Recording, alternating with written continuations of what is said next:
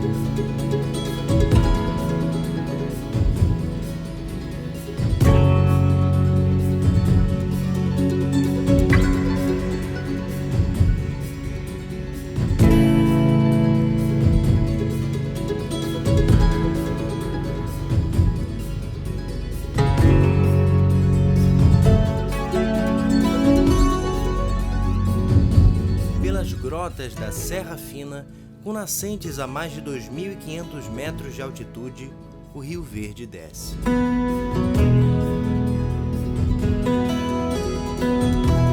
Ganha forças para percorrer 31 cidades e 220 quilômetros antes de desaguar na represa de Furnas. Nosso rio já foi caudaloso, mas vemos diante de nossos olhos, no curso de uma ou duas gerações, estas águas cada vez mais escassas. Estudos mostram que em até 20 anos, o rio estará com um curso de água quase inexistente durante os meses secos. Através de moradores, associações, empresários e ambientalistas, queremos entender realmente o que está acontecendo, expor o problema e buscar soluções. É uma questão que envolve todos nós. De volta aí para Itanhandu, peguei esse trabalho depois da tromba d'água de 2000. Então eu sou de 2000 para cá. Tenho 20 anos medindo o nosso rio aí. E vendo ele cada vez mais degradado, né? Mais baixo. O Rio Verde nasce aqui, né? Mas podemos dizer que ele morre aqui em Itanhandu devido a vários problemas que nós temos de lançamento de esgoto e outros mais. Secou a água da mina, não tem mais mina, tem muito pouco. E era até perigoso. O Pinicão era um volume de água muito grande.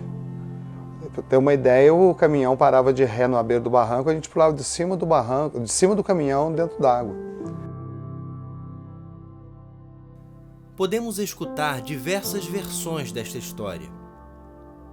Desde o ponto de vista de que já não tem mais jeito, até a visão de que era um assunto delicado com o qual nós deveríamos tomar cuidado. Mas o fato é que enquanto deixamos o assunto de lado ou tentamos buscar culpados pela situação como uma forma de diminuir a nossa responsabilidade, o rio seca. E se de alguma maneira existe uma esperança, estamos vendo ela passar. O Rio Verde, ele é a única fonte de abastecimento de água do município de Itanhandu. Nós dependemos única e exclusivamente do Rio Verde e dos seus afluentes. Dados apontam uma diminuição drástica do volume de águas no Rio Verde. Em 40 anos, a média caiu quase pela metade. Tudo isso somado a um período de chuvas cada vez menos intensas e curtas. Principalmente na última década, uma diminuição muito grande da quantidade de água no leito do rio. No tempo do meu avô, muitos cadernos já se perderam, mas ele tinha uma média de 40 centímetros em outubro, que é a menor baixa do rio. Meu pai já pegou a casa dos 30 e eu, nesses 20 anos, entrei na casa dos 25 centímetros, que foi no mês de janeiro, há 5 anos atrás. Ele vem retomando, hoje está 28 centímetros. Então nós temos ainda 2 a 3 meses de seca, né, que ele vai abaixar. Fosse a Terra um ser humano, os rios seriam o seu sangue, em circulação por extensos campos e ares. Pois sim, existem rios voadores que não vemos, mas de que muito precisamos. As correntes destes rios voadores trazem a umidade do Atlântico e percorrem toda a extensão amazônica, se carregando ainda mais de umidade quando se chocam com os ventos da Cordilheira dos Andes. Este fluxo traz a maior parte das chuvas que caem na região sudeste do Brasil.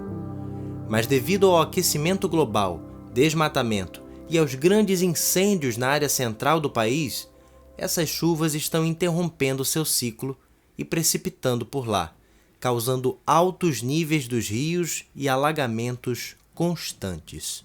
E a Amazônia, ela não é só um pulmão do mundo, né? Ela faz a evapotranspiração que manda água aqui para nós, certo?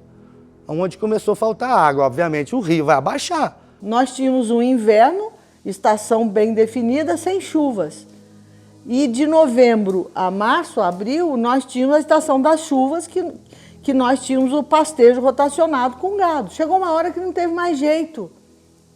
Por quê? Porque chovia demais, esquentava demais, fazia frio na hora errada. Então, esse sistema teve que acabar. Mudança climática.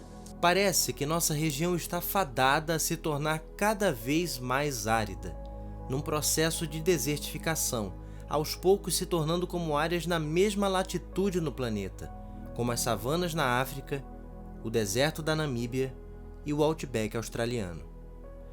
Enquanto esta questão é um problema bem mais complexo para se resolver, cabe a nós entender que a partir de agora a água se torna um bem cada vez mais valioso. Descendo o rio desde suas nascentes mais altas, podemos constatar que o problema já começa antes de chegar às pessoas.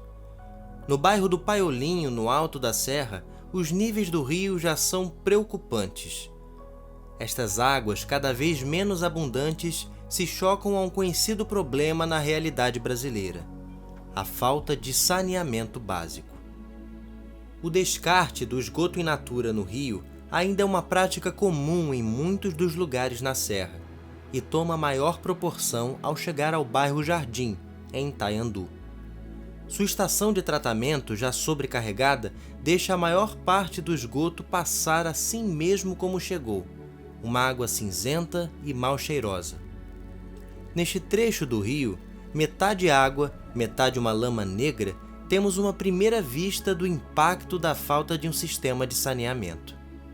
Então, toda essa poluição, toda essa degradação que a gente vem causando dentro do Rio Verde, ele está refletindo diretamente no abastecimento nosso, né? Então, a gente está pegando águas cada vez piores, tendo que gastar mais com tratamento de água para que a gente possa distribuir uma água de qualidade para a população do município. Novas ideias e soluções para o problema do esgoto podem começar por iniciativas individuais.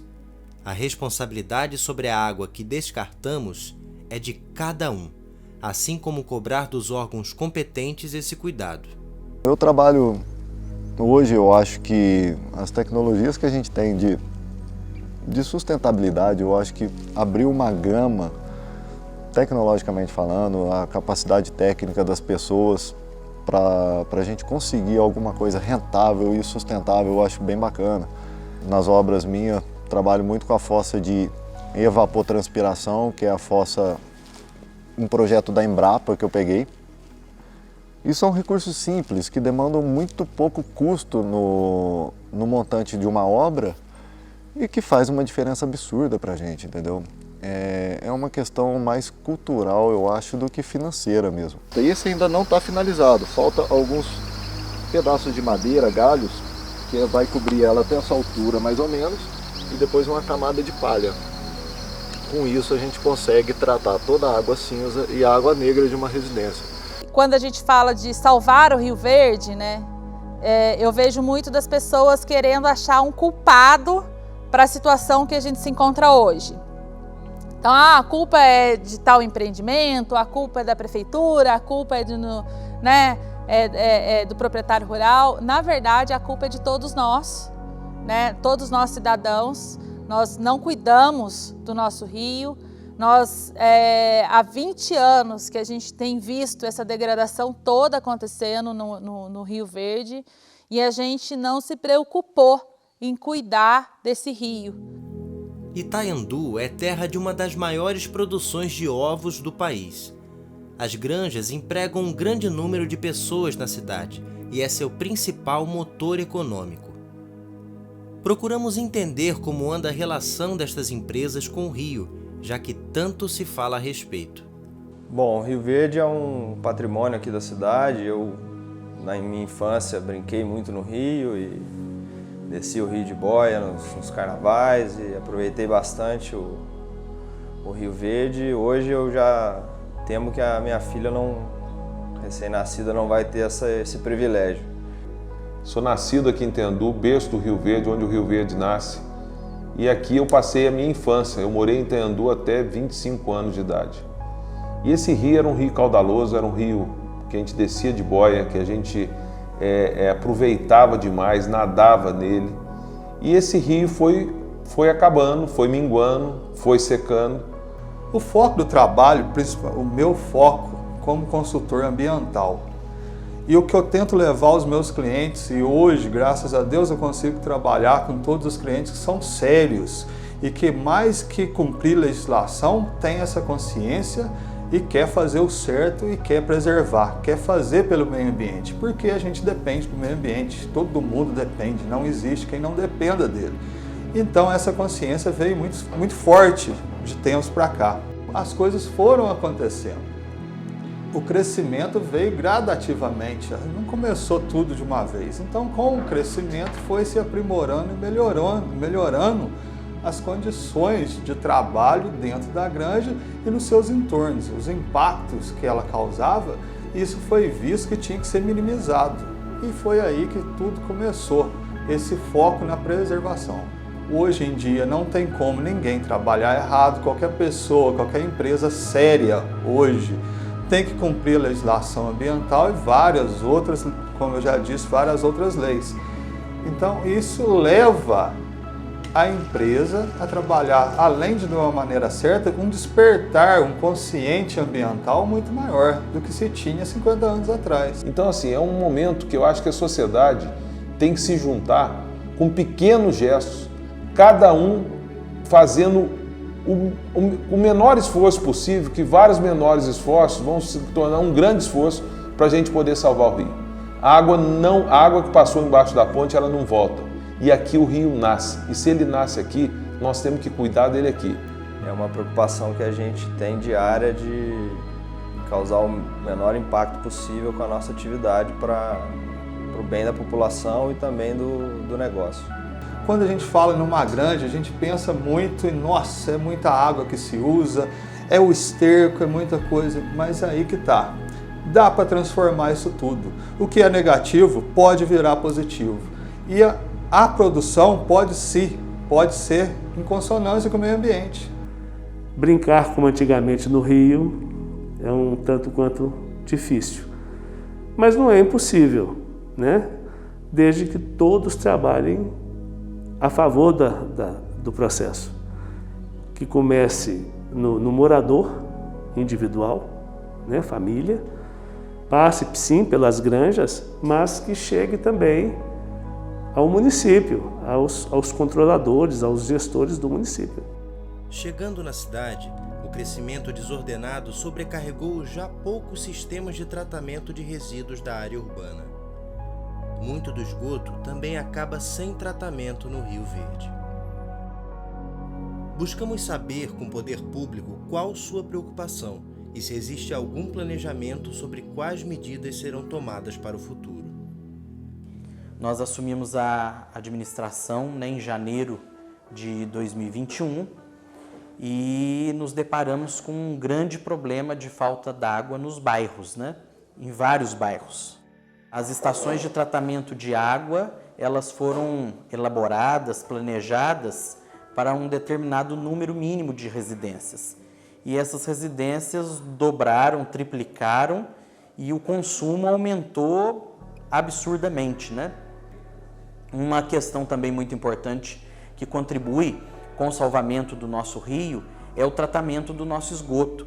Se eu não me engano, Itanhandu trata hoje 5% do esgoto, é muito pouco, ou seja, a cidade onde o rio nasce é a cidade que já mata o rio. E nós estamos programando esses investimentos para que nós tenhamos, né, a estação de tratamento de esgoto em todos os bairros ou reunindo todo esse tratamento em uma única estação. Também fazer obras de melhorias nas nossas estações de tratamento de água para ofertar uma água de melhor qualidade. Os esforços para essa recuperação, felizmente, são uma realidade. Acompanhamos ações inspiradoras de pessoas que tomaram essa conservação como objetivo de suas vidas. Então, a gente começou com jovens, né? A gente trabalhava com jovens nas escolas, fazendo palestras, e aí a gente viu que dentro do nosso profissionalismo, como a gente tinha capacidade técnica para isso, a gente começou a ver todas as ações que a gente pudesse fazer para o meio ambiente, para o Rio Verde. Então, nós estabelecemos como uma meta da ONG a volta da balneabilidade do rio dentro da cidade. Então, a gente foi construindo ações dentro da cidade, apoiando a Secretaria de Meio Ambiente em todos os governos, desde que a gente começou. Temos mais de 10 anos em Itanhandu. A proteção das nascentes e suas matas ciliares são processos a longo prazo, que muitas vezes contam com a própria natureza para sua regeneração. No entanto, é preciso entender como funciona a recuperação dessas matas, que são parte essencial da nossa produção de águas. O Programa Produtor de Águas, ele visa a recuperação de nascentes, o fechamento das APPs, que são as áreas de preservação permanente, para que a água, ela, ao invés de correr para dentro do rio, né, ela infiltre no solo e abasteça as nossas nascentes e os nossos córregos e afluentes do Rio Verde. Há 6 anos, mais ou menos, eu comecei a ter um olhar um pouco mais cuidadoso para a cachoeira. E pensamos muito em reflorestar o entorno da cachoeira, para a gente tentar trazer aquela mata ciliar ou que fosse reforçar aquelas margens, né? Essa área bem próxima da cachoeira, até o poço de trás, a gente já tem tentado reflorestar já há uns 10 anos, né? Mas esse capim realmente é algo que é muito resistente, muito difícil de lidar. E também já tivemos alguns incêndios aqui no entorno da cachoeira, que aí sim as árvores são queimadas, a gente tem que plantar tudo de novo. Então é um manejo que é difícil de fazer, não é tão simples assim, né?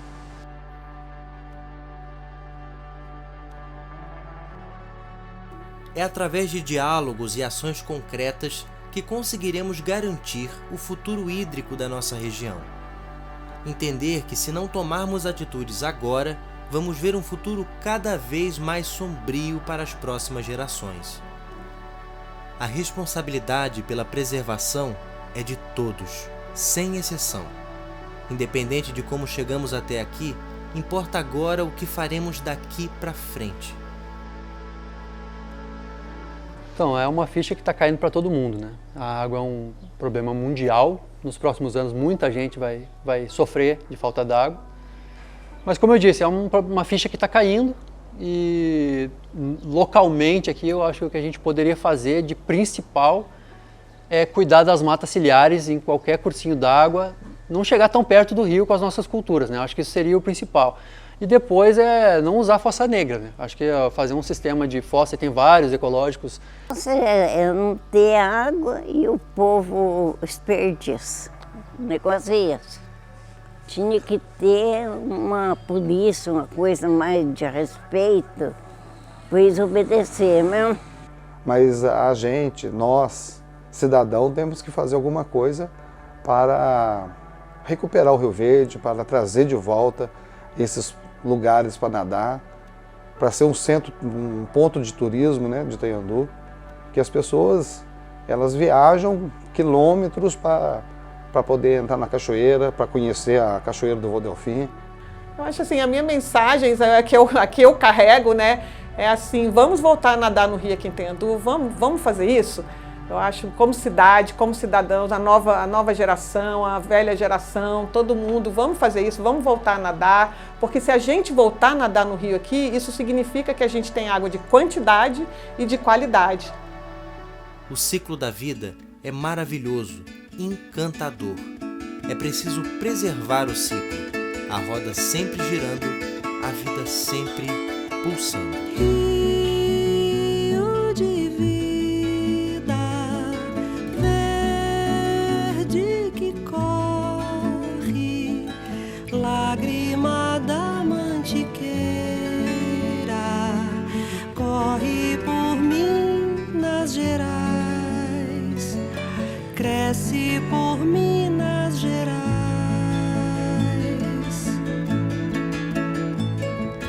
Nasce na serra fina, e se destina a quem queira querer, a quem se destina. Água na mão cristalina, que este rio venha nos molhar, seu frescor venha banhar, nosso amor fecundar, o chão de vida feliz. No seu navegar, de viver e se dar, vendo os paturis e garças